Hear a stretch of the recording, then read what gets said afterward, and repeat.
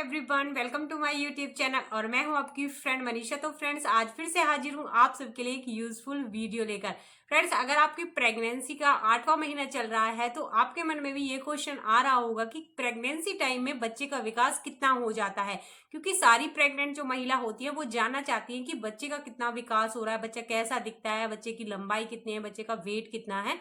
तो आज की इस वीडियो में मैं आपको यही बताऊंगी कि 8वें महीने में बच्चे का विकास कितना हो जाता है और 8वें महीने में जो प्रेग्नेंट महिला होती है उसके शरीर में क्या क्या बदलाव आते हैं और उसको क्या क्या सावधानियां बरतनी चाहिए। तो अगर आपकी प्रेगनेंसी का 7वां या फिर 8वां महीना चल रहा है तो आपको ये वीडियो जरूर देखनी चाहिए, बिल्कुल भी स्किप नहीं करनी चाहिए। आप चैनल पर नए हो, अभी तक सब्सक्राइब नहीं किया तो प्लीज चैनल को सब्सक्राइब करें, वीडियो अच्छी लगे तो लाइक करें, शेयर करें और कमेंट करके आप कोई भी प्रेगनेंसी से रिलेटेड क्वेश्चन पूछ सकते हैं। सबसे पहले बात करते हैं बच्चे का विकास 8वें महीने में कितना हो जाता है। जो बच्चे की लंबाई होती है वो 14 इंच तक बच्चा बढ़ जाता है और जो बच्चे का वेट होता है वो 1100 ग्राम तक बच्चा का जो वजन है वो इस टाइम पर बढ़ जाता है। और बच्चे का जो ओवरऑल विकास है वो 8वें महीने तक हो जाता है। बच्चे के सारे अंग इस टाइम पर बन जाते हैं। बच्चे की जो बाल हैं, पलके हैं, नाखून हैं, वो सारी चीजें इस टाइम पर बन जाती हैं।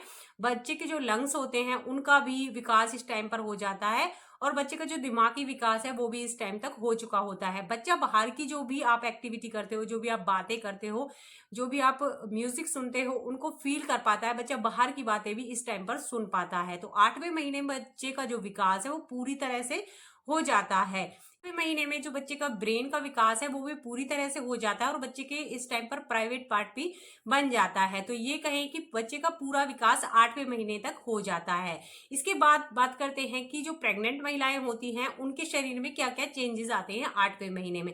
पहला जो दिक्कत आपको होने वाली है 8वें महीने में वो है आपको कमर दर्द की बहुत ज्यादा प्रॉब्लम इस टाइम पर होती है, क्योंकि इस टाइम पर आपका जो पेट का साइज है वो काफी बढ़ जाता है, बच्चे का वजन बढ़ जाता है, यूट्रस का हमारा साइज बढ़ जाता है, जिसकी वजह से हमारी रीढ़ की हड्डी पर दबाव पड़ता है और हमारे कमर में दर्द होने की शिकायत इस टाइम पर हमें हो सकती है। सेकंड, आपके पैरों में एठेंसी और दर्द हो सकता है इस टाइम पर, क्योंकि वेट काफी बढ़ जाता है हमारे बॉडी का, जिससे हमारे पैरों पर दबाव पड़ता है। इस वजह से हमें पैरों में दर्द की शिकायत भी इस टाइम पर हो सकती है। इसके अलावा जो प्रेग्नेंट महिला होती है उसे 8वें महीने में गर्माहट महसूस होने लगती है, उसे बहुत ज्यादा गर्मी लगती है। चाहे ठंडी का ही मौसम क्यों ना हो, फिर भी जो महिला होती है उसे गर्मी का एहसास होता है। वो इस वजह से होता है क्योंकि हमारा वेट काफी बढ़ जाता है 8वें महीने में, हमें चलने फिरने में, लेटने में बहुत सारी प्रॉब्लम आती है। की वजह से इस टाइम पर प्रेग्नेंट महिला को गर्माहट महसूस हो सकती है। इस महीने में महिलाओं को जो पेट पर मार्क्स होते हैं वो बनने का बहुत ज्यादा खतरा रहता है, क्योंकि कई बार क्या होता है कि हम अपनी बॉडी को अच्छे से मॉइस्चराइज नहीं करते हैं, अच्छे से कोई भी बॉडी लोशन नहीं लगाते हैं, जिससे कि हमारी जो पेट की स्किन है वो खिंचाव करती है। पेट पर निशान बनने के चांसेस बहुत ज्यादा होते हैं। इस टाइम पर हमें पेट पर खुजली भी होती है, जिससे कि अगर हम नाखूनों से खुजली कर लेते हैं तो हमारे शरीर पर निशान बनने के इस टाइम पर चांस होते हैं। तो आपको ध्यान रखना है कि आपको अच्छा मॉइस्चराइजर लेना है, अपने पेट पर उसको अच्छे से लगाना है। दिन में आपको 2 बार ही बॉडी लोशन या फिर कोई ऑयल अपने पेट पर लगाना है, जिससे कि आपको इस दिक्कत का सामना ना करना पड़े। इसके अलावा 8वें महीने में जो महिलाओं को कॉन्ट्रैक्शन पेन भी आ सकते हैं। कॉन्ट्रैक्शन पेन फ्रेंड्स ऐसे होते हैं जिनको हम नकली पेन भी बोलते हैं। ये आपको 30 सेकेंड से 1 मिनट के अंतराल में ये जो दर्द है वो आता है। इसका जो टाइम पीरियड होता है वो 30 सेकेंड भी हो सकता है और 1 मिनट भी हो सकता है। इसके बाद ये पेन चले जाते हैं, क्योंकि हमारी बॉडी जो है प्रिपेयर हो रही होती है नॉर्मल डिलीवरी के लिए। तो ये पेन भी आपको इस टाइम पर आ सकते हैं। 8वें महीने में जो महिलाएं होती हैं उनका वजन काफी बढ़ जाता है, जिसकी वजह से उन्हें सोने में, उठने में, बैठने में काफी परेशानी इस टाइम पर हो सकती है। तो फ्रेंड्स, अब बात करते हैं कि 8वें महीने में महिलाओं को कौन कौन सी सावधानियां बरतनी चाहिए या फिर कहीं कौन कौन सी गलतियां इस टाइम पर नहीं करनी चाहिए। क्योंकि होता क्या है फ्रेंड्स, जो महिलाएं होती हैं वो सोचती हैं कि 7-8 महीने तो हमारे निकल गए हैं, अब तो बेबी आने ही वाला है, तो वो इतना ध्यान नहीं देती हैं। बट फ्रेंड्स, ये ही महीना होता है जिसमें आपको प्रॉपर ध्यान देना चाहिए, क्योंकि 8वें महीने में जो बच्चे के फेफड़े हैं वो डेवलप होते हैं। अगर बच्चा 8वें महीने में पैदा हो जाता है तो प्री मेच्योर आपका बच्चा हो सकता है, बच्चे के फेफड़े अच्छे से नहीं बन पाते हैं। तो 8वें महीने में बच्चे की डिलीवरी नहीं होनी चाहिए, इसलिए आपको कुछ सावधानियां इस टाइम पर जरूर बरतनी है ताकि आपका जो बेबी है वो 9वें महीने में हो।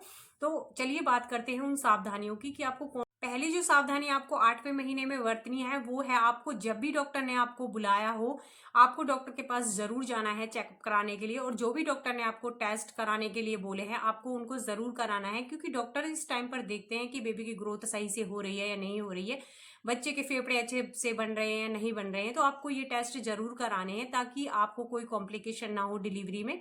और जो भी डॉक्टर आपको दवाइयाँ देते हैं उनको आपको जरूर लेना है, क्योंकि बहुत सारी महिलाएं होती हैं जो दवाइयाँ नहीं लेती हैं, उन्हें अच्छा नहीं लगता है दवाई लेना।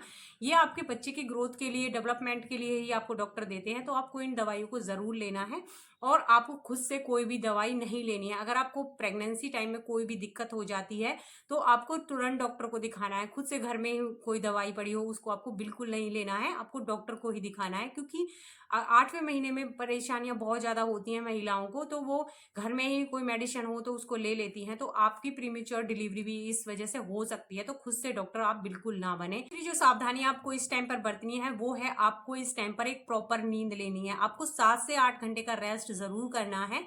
और आपको इस टाइम पर हमेशा लेफ्ट साइड सोना है। लेफ्ट साइड सोने से बच्चे के पास ऑक्सीजन और ब्लड की सप्लाई बहुत अच्छे से होती है, जिससे बच्चे का विकास बहुत अच्छा होता है। तो इसलिए इस टाइम पर आपको लेफ्ट साइड ही सोना है। इसके अलावा आपको इस टाइम पर एक अच्छी डाइट लेनी है।